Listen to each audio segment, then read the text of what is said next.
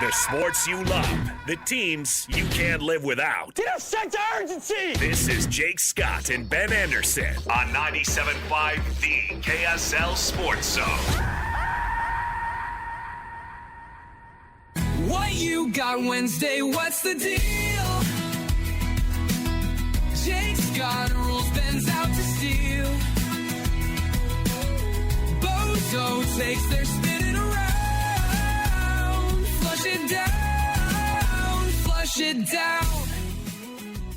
Jake and Ben, 97.5 The KSL Sports Zone. Very happy Wednesday to everybody out there. It's Wednesday at 11:30 means it's time for What You Got Wednesday, where Christian and I will go head-to-head in two drafts, one sports-related, one not sports-related.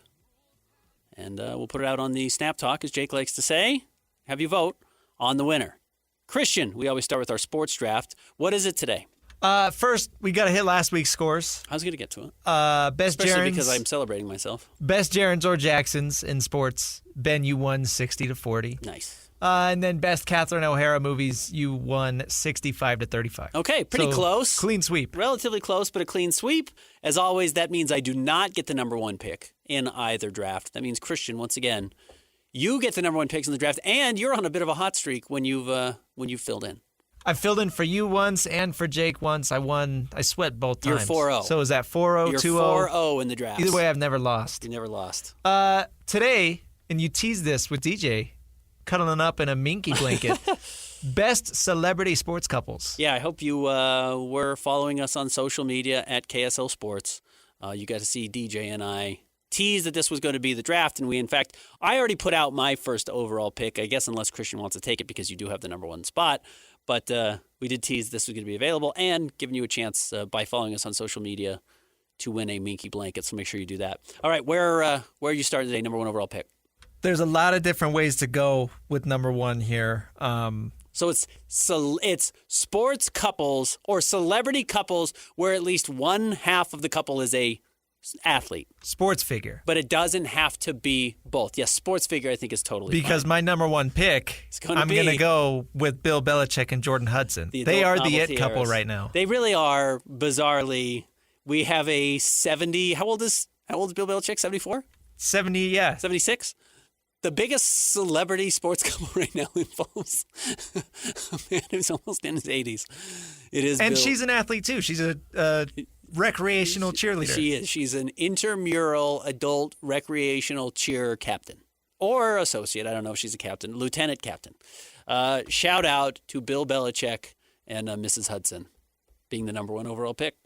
All right, I will stick with my number one overall pick that I made on our social media post, and I will go with, in honor of Jake being gone, Andre Agassi and Brooke Shield. And I will tell you honestly, this was the first celebrity couple I think I was aware of in my childhood. You know, my parents weren't huge sports fans, but when there was a tennis major on TV, we'd get up in the morning and it would be on Sunday morning, Saturday morning. Well, I mean, Sunday if it was a final, obviously.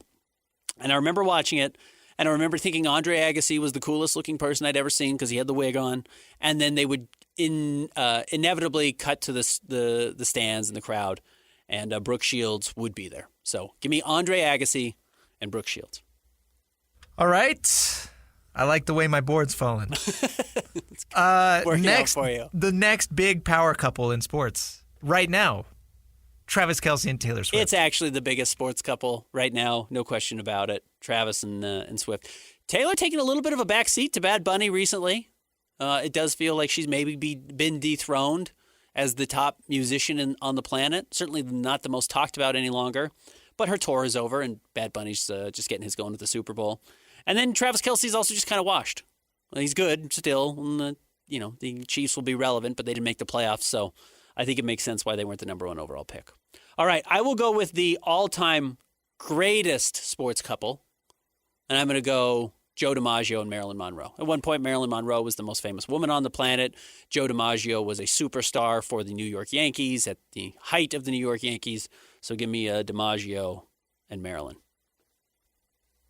Okay, let's see here. The board's not looking so good now, huh? No, it is. It is. I have too many options. Okay, I'm just going to go in order of my board. I'm going to go with Tom and Giselle. Okay. Ugly ending. Messy ending. But while it lasted, They were the were the it goals. couple. They were goals. I do think traditionally it seems like, not always, but the athlete leaves the non-athlete in these relationships. I don't get the impression that that's what happened with Tom and Giselle. It sounds like Giselle fell in love maybe with somebody else or fell out of love with Tom. She also made more money than Tom, which is pretty wild. But for a long time, Giselle was making more money than Mr. Brady. Well, and if you'll remember, there was the whole controversy of where Adam Schefter tweeted that Tom Brady was going to retire, and then Tom Brady announced that he was actually coming back for another year. There's a lot of speculation on whether or not that's what ruined the relationship. That Giselle wanted time with Tom. That Tom was going to retire, Yeah, but Adam become a family Schefter man. spoiled it, ruined it for Tom Brady, and because Tom wanted to stick it to Adam, Yeah. that ruined his Wanted to his announce it on marriage. his own. Yeah. Tough, Adam Schefter. That'd be tough if you ruined a celebrity couple. All right, I will go with the original disaster couple. And to be fair, Joe DiMaggio and Marilyn Monroe were a bit of a disaster couple because of some issues there, obviously. But the original major disaster couple in my life, I'm going with Lamar Odom and Khloe Kardashian. True insanity, cheating scandals, substance abuse issues, nothing to make light of, but all carrying over and taking place on a reality TV show. Lamar Odom, one of the weirdest people of all time. The Kardashians, obviously some of the weirdest people of all time. Give me Lamar and Khloe. Not the first time Khloe could appear on this list. No, at we'll all. see Yeah. where this ends up going. Okay, next I'm going to go with David Beckham and Posh Spice. Yep. At one point, David Beckham was one of the most popular football, soccer players in the world. The poster boy of the biggest sport on the planet. And Posh Spice was one of the biggest pop stars in the world. And they were like, again, one of the real big celebrity couples, not just, a famous athlete and his wag, right? Like we are talking a real heavy hitter. I used to work at a hotel locally, and it was the hotel that hosted the MLS teams. That's when the MLS teams came through. That's where they would stay. And the entire building was abuzz that David Beckham's team was staying at our hotel. And everybody knew that all of the players on the team were staying in our standard rooms, and that David specifically had gotten the suite. Like it wasn't a hotel that had 10 suites. It was not the Grand America. MLS, I don't think could afford at the time the Grand America. I don't know if they can now. But David specifically got his own very fancy room apart from the rest of his teammates. And then when they all came down for breakfast, Mr. Beckham was not there. He was not celebrating or having a continental breakfast with the team. Shout out to David and Posh Spice. All right, I will go with, Lloyd will know this. Lloyd will remember her having the world in her hands. Justin Verlander and Kate Upton. At one point, Christian, I don't know if you remember this, Kate Upton was the it girl on the planet. Yeah. Listen, I'll say this. Do you know Kate Upton? I was in middle school Okay, at so the height of her popularity. Okay, So I have a yes. very, very good idea I mean, to the of point who where Kate Lloyd, Upton I don't know is. if you can see it on the camera, simply did a crawling motion, which was her crawling out of the water or the swimming pool. And their story is hilarious. You actually can find the video online of them meeting for the first time. Verlander goes and talks to her. I think it's during a Tigers game. She's sitting right behind home plate or right behind the bench, and Verlander goes and talks to her, and they strike up a relationship. Shout out Kate Upton and Justin Verlander. All right, man. Is this your last pick? This is my last pick. I have so many. So do I. So many honorable mentions. I mean, I'm gonna go with. Let's go with some young cats. Let's go Livy Dunn and Paul Skeens. Okay, this is really young. This is it now, and because we don't have a baseball team, I wonder how many of our listeners actually know who Paul Skeens is. Like, if you're a baseball fan at all, you do. He's the best pitcher in baseball right now. He was a first-round pick. Was he the number 1 overall pick? I don't remember if he was. I don't think he was. Maybe he was. But yes, he's the best pitcher in baseball. And the problem is he pitches for the Pittsburgh Pirates. But if they don't know Paul, they gotta know Livy. I mean, They might know Livy Dunn is like the face of NIL and what that can do because she, I mean, yes, she was a gymnast at LSU, but she was not even close to the best gymnast on their team. But because of her social media following, she was kind of almost like a cult following to the point where she was getting kind of harassed when even it happened here in Salt Lake City when they would go on the road for some of these meets. I mean, there were all these fans wanting to meet her. Most of them were boys. wanting to heckle her, man. It was crazy stuff. Paul was the number 1 overall pick, and then he got his number 1 overall pick in Livy Dunn. Good pick. All right, my turn. Last pick. Board is wide open again. I'm sure all of our listeners are screaming. They've got this guy, this guy. I could go cute. I could go niche.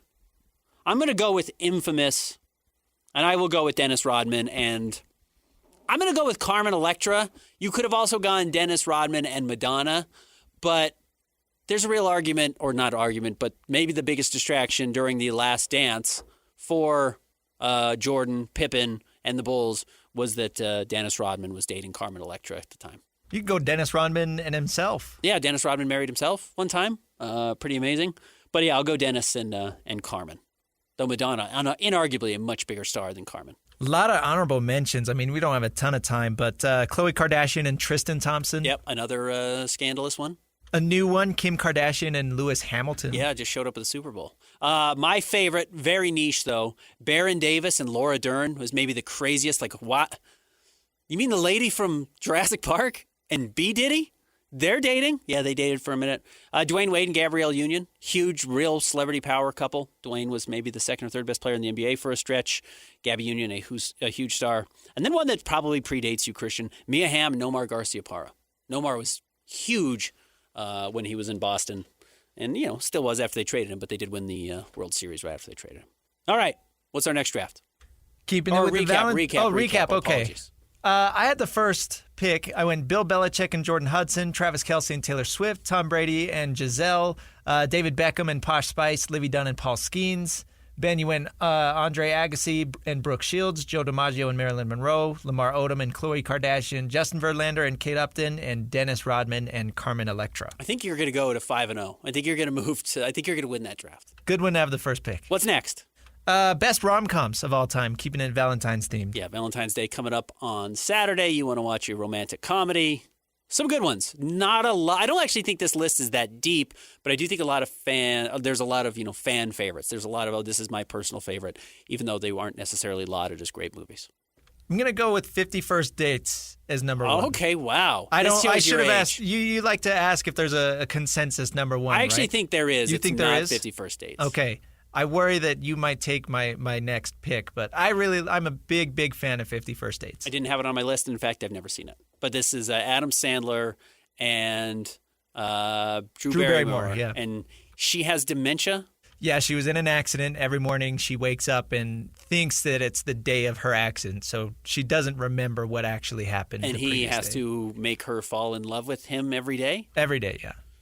It's like Groundhog's Day. Yeah. Okay. It's a great movie. I'd definitely recommend it if you've never seen it. I can't believe you've never seen it. I legitimately think this is like one of the great movies of our lifetime. Predates you. It was early in my life. The late Rob Reiner, though, this is one of the great movies of all time. And if you have not seen it, watch it. It is an A-plus movie on top of being a rom-com. It did set the design for every rom-com to follow, and it is When Harry Met Sally. When Harry Met Sally is legitimately great. It's funny, funny romance, good romance. When Harry Met Sally, no question about it. Top pick. I will go with Crazy Stupid Love as my number two. Love, obviously, the plot twist at the end. Like, you don't see that in rom-coms very often, and it's a genuinely funny movie. Steve Carell, Emma Stone. Ryan Gosling, and what's her name? Oh, why can't I think of her name now? The redhead, who's very good. I think she has an Oscar. Why can't I think of her name? Who's the woman in it? Anyways. I'm honestly spacing it. I'll pull it up. I'll find it. Julianne Moore, who's very good in it. All right, I will go with more in your. It probably still predates you, but a lot of millennials love this movie. I'll go with 10 Things I Hate About You. It's based on Taming of the Shrew, Shakespeare. Great young Heath Ledger. Very funny movie. A little melodramatic at times for me, but I'll take 10 Things I Hate About You. Really well done. That is a good one. Classic, like, high school movie, right? Yeah. Forgetting Sarah Marshall. Yeah, that's my a number good 3 one. pick. It's really good. I like Forgetting Sarah Marshall better than your other 2 picks. Another really, really funny movie. I don't think Judd Apatow movies have aged particularly well. Most of them have not, and I think a lot of them are actually pretty crappy. He did a lot of rom-coms in the 2000s. I do think this holds up better than any of them. Yeah, it took me a long time to watch it, and then after I finally did, I was like, oh my goodness, I can't believe I had never seen it before. Yeah. Like, it's so funny. It's really funny. It really does hold up extremely well. Even if I think we've canceled 4 of the 5 main people in the movie. Almost everybody in there. Almost everybody has gotten canceled. The movie itself, the content of the movie holds up pretty darn well. All right, I'll go with another classic, and I will go with Princess Bride. Princess Bride, bizarre release, but really kind of got a second win with VHS and has become an absolute cult classic that everybody has seen. And again, another Rob Reiner, absolute classic at his prime. So give me Princess Bride. You've seen Princess Bride, Christian. I have, yeah. Good movie. Okay. Anybody want a peanut? Yeah. Okay. This one is a bit out of left field, I think. Okay.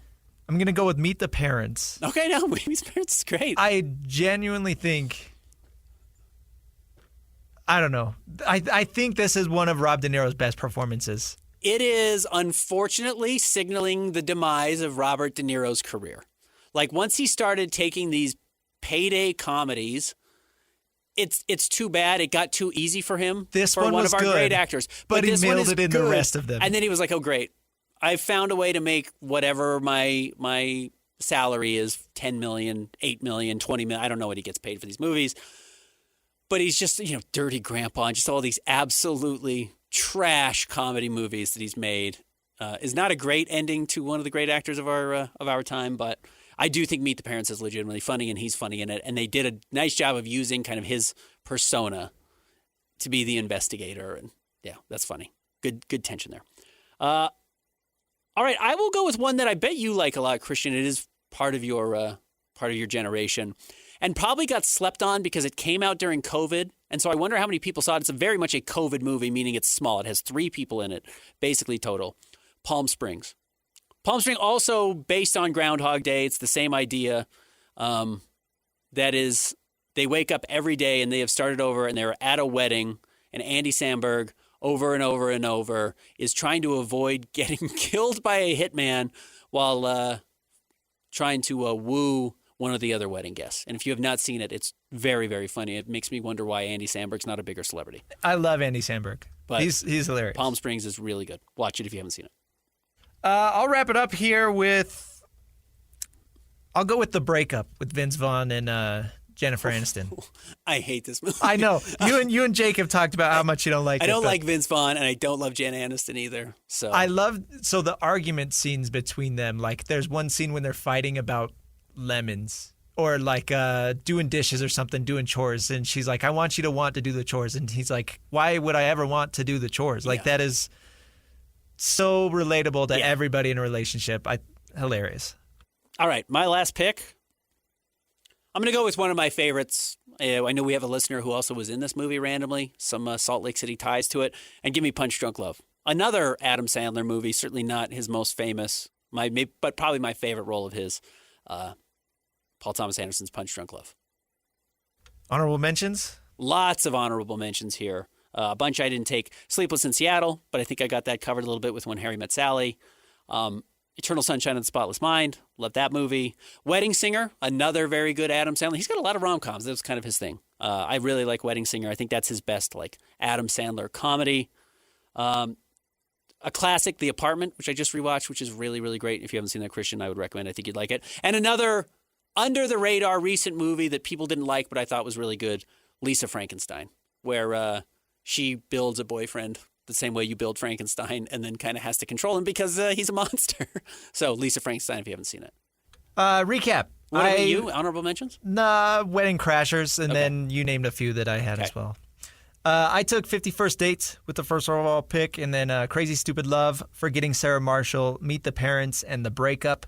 You went When Harry Met Sally, 10 Things I Hate About You, Princess Bride, Palm Springs, and Punch Drunk Love.